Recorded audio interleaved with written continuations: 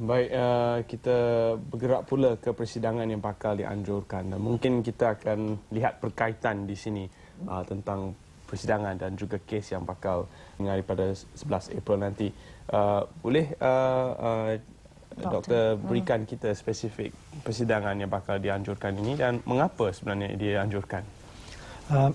Persidangan ISN yang ke-6 ni, persidangan sains perubatan dan teknologi sukan ini adalah satu platform untuk kita menggalakkan penggiat-penggiat sukan di mana jurulatih dan juga sport scientist dalam bidang sains dan perubatan sukan bersama-sama dalam share the knowledge dalam bidang sains dan perubatan sukan melalui penyelidikan-penyelidikan yang terbaru.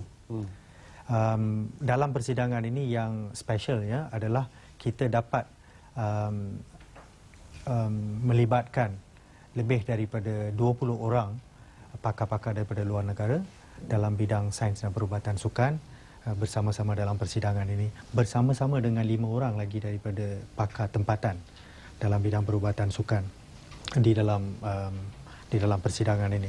Persidangan ini seperti yang saya kata tadi, dia merupakan persidangan yang ke-6 dan kali ini adalah persidangan yang paling ramai peserta dia. Kita jangka peserta sebelum-sebelum ni kita punya persidangan lebih kurang dalam 250 hingga 300 orang, tetapi setakat ini penglibatan kita telah mencecah hampir 450 dan kita pun dalam cadangan untuk tutup penyertaan. Tetapi pada hari pertama adalah hari pre-conference workshop di mana ada 6 topik-topik sains dan perubatan sukan akan dibincangkan juga dan kita galakkan lebih ramai penyertaan di kalangan peserta-peserta daripada lokal.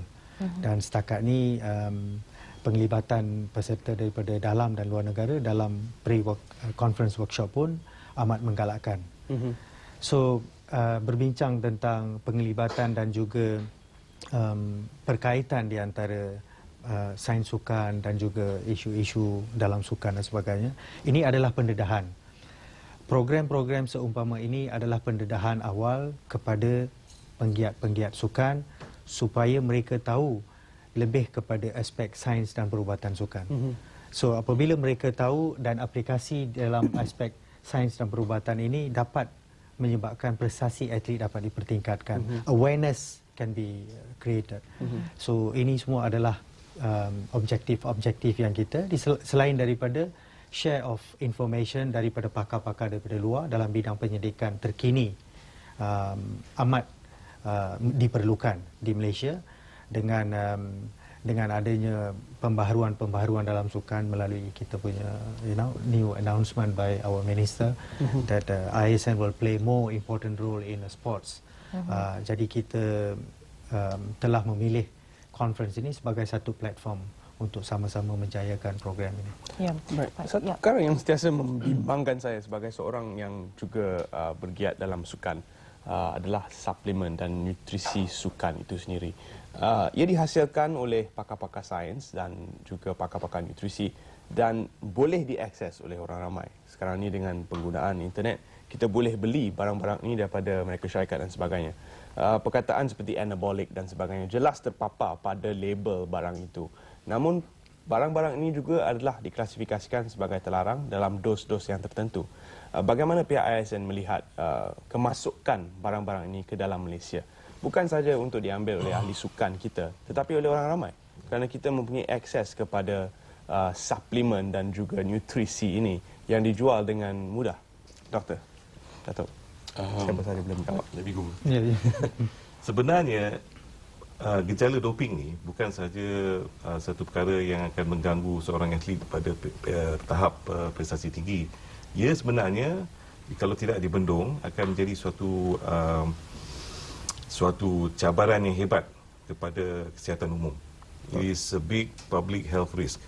Sebab akhirnya budak-budak sekolah menengah pun akan pergi ke mana-mana tempat, we can speculate macam-macam, dan dia akan mendapat supply ini ataupun dia boleh dapat akses melalui internet. Betul.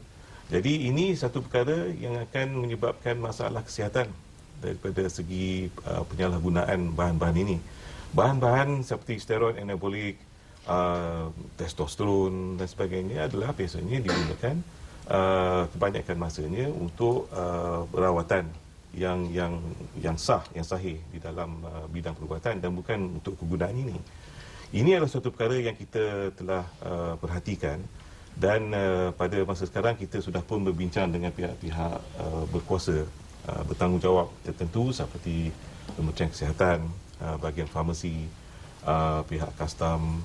Kita telah mendapatkan persetujuan dari mereka bahawa kita harus mendapat suatu pendekatan yang lebih menyeluruh dan bersepadu sebab kita memikirkan adakah perlu kita melihat pendekatan perundangan untuk membasmi perkara ini dan adakah perlu perundangan baru. Ini perkara yang harus dibincang dengan supaya satu keputusan polisi boleh dibuat oleh ketua-ketua kita.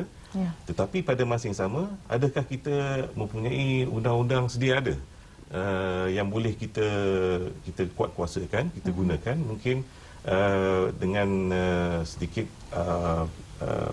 pendekatan melihat dadah ini sebagai dalam sukan ini sebagai suatu perkara yang walaupun nampak macam recreational, kita tak sedar dia punya bahaya dia. Tetapi akhirnya akan merosak dan memusnahkan kehidupan anak-anak muda kita. Baik. Di Institut Sukan Negara kita ada pegawai-pegawai pemakanan sukan yang selalu prihatin terhadap isu-isu ini dan mereka selain daripada memberi perkhidmatan, sebahagian daripada perkhidmatan adalah memberi pendidikan kepada atlet-atlet supaya barang-barang yang terlarang di bawah kod seperti yang Datuk mention tadi, di bawah WADA. So kita memang galakkan mereka supaya tidak mengambil barang-barang ini. Tetapi macam yang saudara beritahu tadi, di luar kadang-kadang kita tak boleh nak kawal. Dan ada orang yang tak cukup awareness untuk menilai sama ada produk yang mereka ambil itu mempunyai kandungan yang terlarang ataupun kandungan melebihi daripada apa yang sepatutnya mereka ambil. So jadi education is part of the ni dan ASN amat prihatin dan sentiasa memandang perkara ini sebagai satu perkara yang serius. Baik. Kita ucapkan selamat berjaya untuk persidangan perubatan sukan dan sains sukan yang akan dilangsungkan nanti. Dan mungkin sebelum berakhir, sedikit kata-kata Datuk mungkin nak beri pesanan kepada rakyat Malaysia untuk menyokong atlet kita, khususnya dalam isu ini Datuk Lee Chong Wei yang akan berdepan dengan pendengaran dan keputusannya nanti. Kita berdoakan agar semuanya dipermudahkan dan insya-Allah semuanya akan selesai dengan baik. Apa sekali keputusannya, kita akan membuat tindakan susulan yang bersesuaian dan untuk kebaikan atlet dan juga untuk sukan negara. Baik. Terima kasih Datuk. Terima kasih Doktor kerana bersama kami dan selamat berjaya dalam penganjuran persidangan seterusnya. Terima kasih kembali. Ya.